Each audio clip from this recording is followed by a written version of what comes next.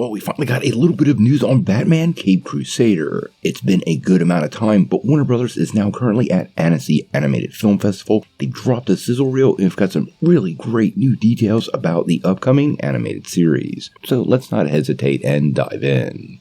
Well, fans have been anticipating this project for a few years, and after it looked like it died and then moved over to Prime Video, Caped Crusader seems to be on the short list to get released.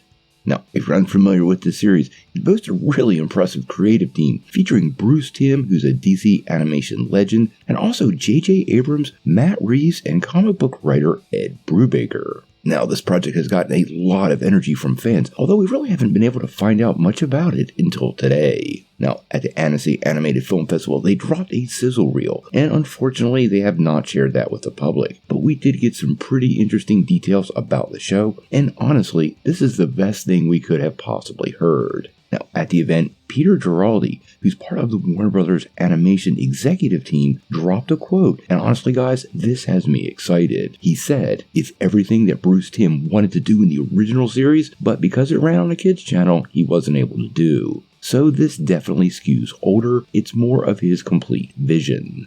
Now, I have to say, this is exactly what I want from a Batman series. The original Batman the Animated Series really did lean into the darkness, but what they said is true. It was confined by the fact that kids watch the show. The fact that they've gone into this show, kind of aging it up for that audience who is now all grown up, is absolutely incredible, a smart move, and should give us a Batman series unlike anything we've ever had before.